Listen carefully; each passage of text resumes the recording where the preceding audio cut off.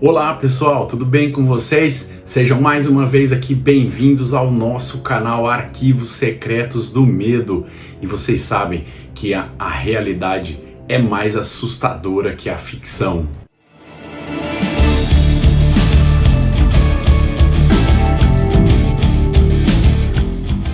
O caso Pavese refere-se à morte do menino Paulo Veronese Pavese aos 10 anos de idade e a subsequente investigação que se tornou um dos mais longos e controversos processos judiciais da área médica no Brasil.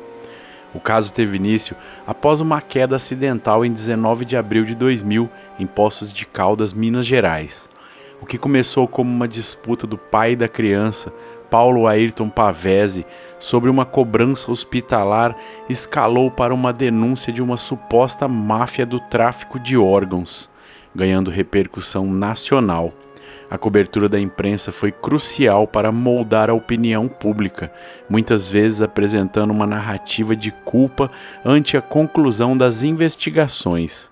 O processo foi marcado por teses acusatórias conflitantes, o desaparecimento de uma prova-chave que poderia inocentar parte dos réus, forte envolvimento político e a condenação de 6 dos 7 médicos acusados. Mais de 2 décadas após o ocorrido, o caso resultou no fim do serviço de transplantes em Poços de Caldas e gerou uma comissão parlamentar de inquérito no Congresso Nacional. Em 19 de abril de 2000, Paulo Veronese Pavese caiu de uma altura de aproximadamente 10 metros no playground do prédio onde morava. Ele foi levado ao Hospital Pedro Sanches com traumatismo crânioencefálico e submetido a uma craniotomia para drenar um hematoma cerebral. A escolha desse procedimento cirúrgico foi anos mais tarde questionada pelo Ministério Público como um indício de má-fé, embora o próprio promotor do caso, Adailton Ramos do Nascimento, tenha reconhecido posteriormente que sua avaliação inicial estava errada e que a técnica era medicamente adequada. O quadro clínico de Paulo piorou, evoluindo para uma morte encefálica. A família autorizou a doação de órgãos e o Dr. Álvaro Inhanes, coordenador do Centro de Transplantes Minas Gerais Sul Transplantes, foi acionado. Uma primeira arteriografia foi inconclusiva. Em 21 de abril de 2000, o menino foi transferido para a Santa Casa de Misericórdia de Poços de Caldas, onde uma segunda arteriografia do tipo 4 vasos, considerada padrão ouro, teria confirmado a morte encefálica. Em seguida, a equipe dos cirurgiões Celso Scaff e Cláudio Fernandes, com o anestesista Sérgio Poli Gaspar, realizou a remoção dos rins e córneas. Semanas após a morte, Paulo Ayrton Pavese questionou a conta do Hospital Pedro Sanches, que continha cobranças indevidas, como 30 ampolas do sedativo Dormonide, uma quantidade que os médicos afirmam não ter utilizado. A disputa financeira, aliada à recusa do hospital em corrigir a conta, motivou Paulo Ayrton a procurar a Associação Brasileira de Transplantes de Órgãos e, posteriormente, a imprensa. A peça central da controvérsia é a segunda arteriografia, que comprovaria o momento da morte cerebral. O procurador federal Adailton Ramos do Nascimento afirmou ter visto o exame e o submetido à análise, confirmando sua validade. No entanto, o documento foi apreendido pela Polícia Federal durante uma busca e apreensão e desapareceu dos autos do processo. Anos mais tarde, o juiz Narciso Alvarenga Monteiro de Castro, da Justiça Estadual, baseou suas condenações na premissa de que o exame nunca existiu, tratando testemunhos sobre sua existência como falsos.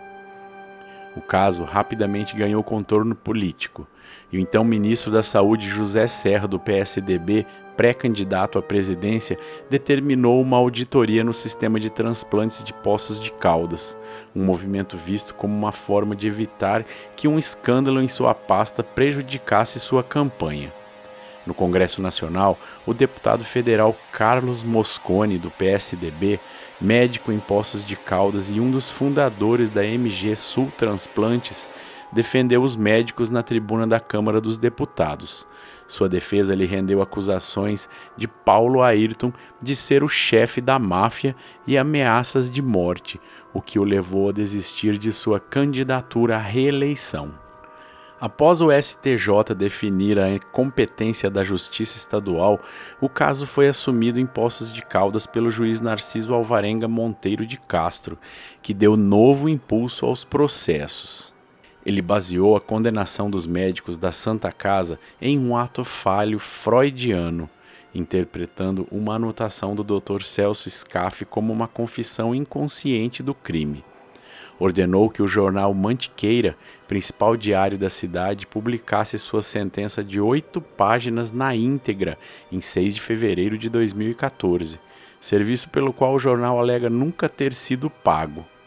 Sua conduta foi alvo de uma reclamação disciplinar do CNJ em 2015, elaborada pelo renomado jurista Miguel Reale Júnior. Reale Júnior criticou duramente o juiz por não investigar o desaparecimento da arteriografia e simplesmente decretar sua inexistência. A reclamação foi arquivada. Os réus foram julgados em processos separados.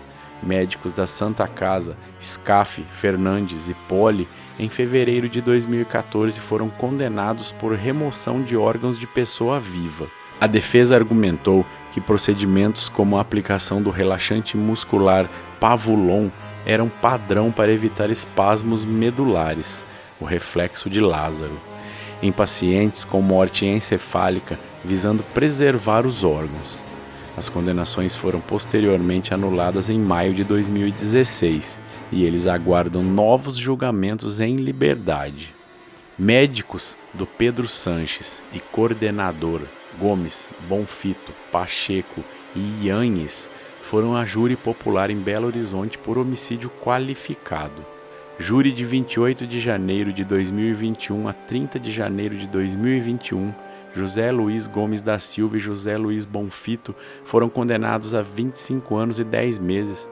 Marco Alexandre Pacheco da Fonseca foi absolvido, após Paulo Ayrton afirmar em depoimento que o considerava inocente. Gomes e Bonfito foram presos em 16 de setembro de 2024 e cumprem pena na penitenciária de Três Corações. Júri de 18 de abril de 2022.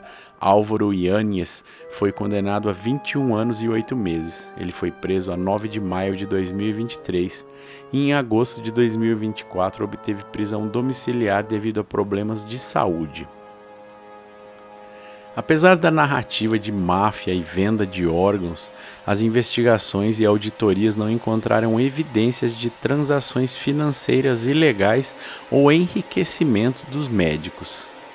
O destino dos órgãos, uma auditoria do Ministério da Saúde conduzida pela então coordenadora do Sistema Nacional de Transplantes, doutora Rosana Notem, concluiu que todos os procedimentos foram custeados pelo SUS.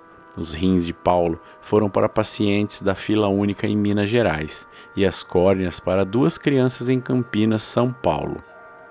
A ausência de pagamento, as famílias das crianças que receberam as córneas fizeram pequenas doações voluntárias, R$500 a R$600, a uma fundação do hospital em Campinas, não aos médicos de Poços de Caldas. O fim dos transplantes em Poços de Caldas, a cidade que era um polo regional no procedimento, nunca mais realizou transplantes. O tema se tornou um tabu local. O impacto na vida dos envolvidos.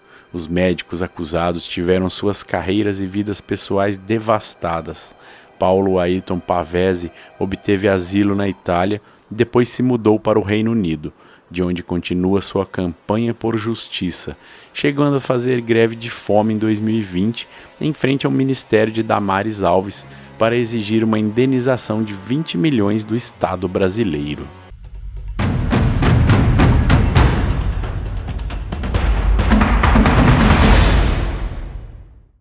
E é isso aí, pessoal, vocês acabaram de acompanhar aí a história de Paulo Pavese, né? Esse garoto aí que sofreu um acidente a 10 metros de altura num playground e ficou aí em coma, induzido, teve um acidente aí crânioencefálico, né? Como vocês acabaram de ver aí na história narrada que eu fiz. e o que leva aí a uma discussão. O pai dele ficou aí incomodado com cobranças indevidas do hospital, então será que foi só isso que levou o pai dele a questionar aí o hospital? Aí começou a levantar mais dúvidas e questões aí, né? Na verdade é um tema muito polêmico, esse tema aí de doação de órgãos. Muita coisa é falada, tanto por ignorância como por estudiosos, né? Até por médicos aí na área de transplantes, que alguns afirmam que não é conclusivo, né, essa morte cerebral aí e o restante do corpo, dos órgãos funcionando, e é o que nos leva aí a questionar aí, é muito difícil um laudo verdadeiro aí de morte cerebral. Agora uma questão aí importante também levantada foi o não enriquecimento dos envolvidos, né? Será que teria alguém aí por trás que teve esse enriquecimento, que não foram os médicos ou a equipe de transplante? Porque o principal motivo aí seria a venda de órgãos, né? Isso aí é denunciado tanto internacionalmente como dentro aqui do território nacional. Então, o que eu queria perguntar é isso: qual a opinião de vocês? Você daria seus órgãos, doaria seus órgãos se você tivesse uma morte cerebral aí, se os médicos atestassem? O que vocês acham? Essa é a questão que eu quero levantar e saber o que vocês acham. Vocês acham que a equipe médica aí tem condição de deixar aí 100% falando que realmente houve a morte cerebral? O que vocês acham? Isso aí que eu quero saber. Deixa nos comentários aí, participe. Tráfico internacional de órgãos é uma realidade, infelizmente. Essa não é a questão que nós estamos levantando aqui, porque isso aí é comprovado, já várias apreensões de quadrilhas especializadas em órgãos aí, até tráfico internacional quanto nacional. Então a discussão é: você acha que uma equipe médica tem condição 100% de atestar a morte cerebral do paciente para que sejam feitas as doações dos órgãos? Você faria essa doação de órgãos? É essa pergunta que eu deixo aí para vocês. O que vocês acham que aconteceu? Vocês acham que realmente havia uma quadrilha especializada em transplante aí de órgãos? Ou não? O que aconteceu foi uma fatalidade ou um erro médico? Foi mesmo erro?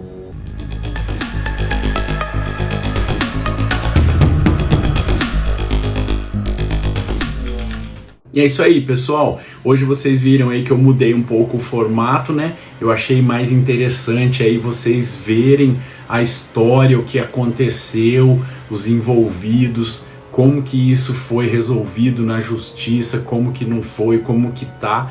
Então eu achei aí a história bem importante, e depois a gente leva aí para uma discussão, né, para um lado aí de comentários, e você deixar a sua opinião. Isso aí eu acho muito legal. E eu convido vocês, gente, aí, ó, assistir esse vídeo aqui, você que acompanhou a gente até agora, eu agradeço demais. Deixa o seu like aí pra mim, beleza? Então eu agradeço muito a vocês. E ó, assista aqui, vou deixar pra vocês aqui, ó, a história, o caso aí do maníaco do parque. Ele está para ser libertado agora em 2028. O que vocês também acham aí sobre esse caso, beleza, gente? Então, ó, assista aqui, tá joia? Falou, até mais, valeu, um abraço, tchau!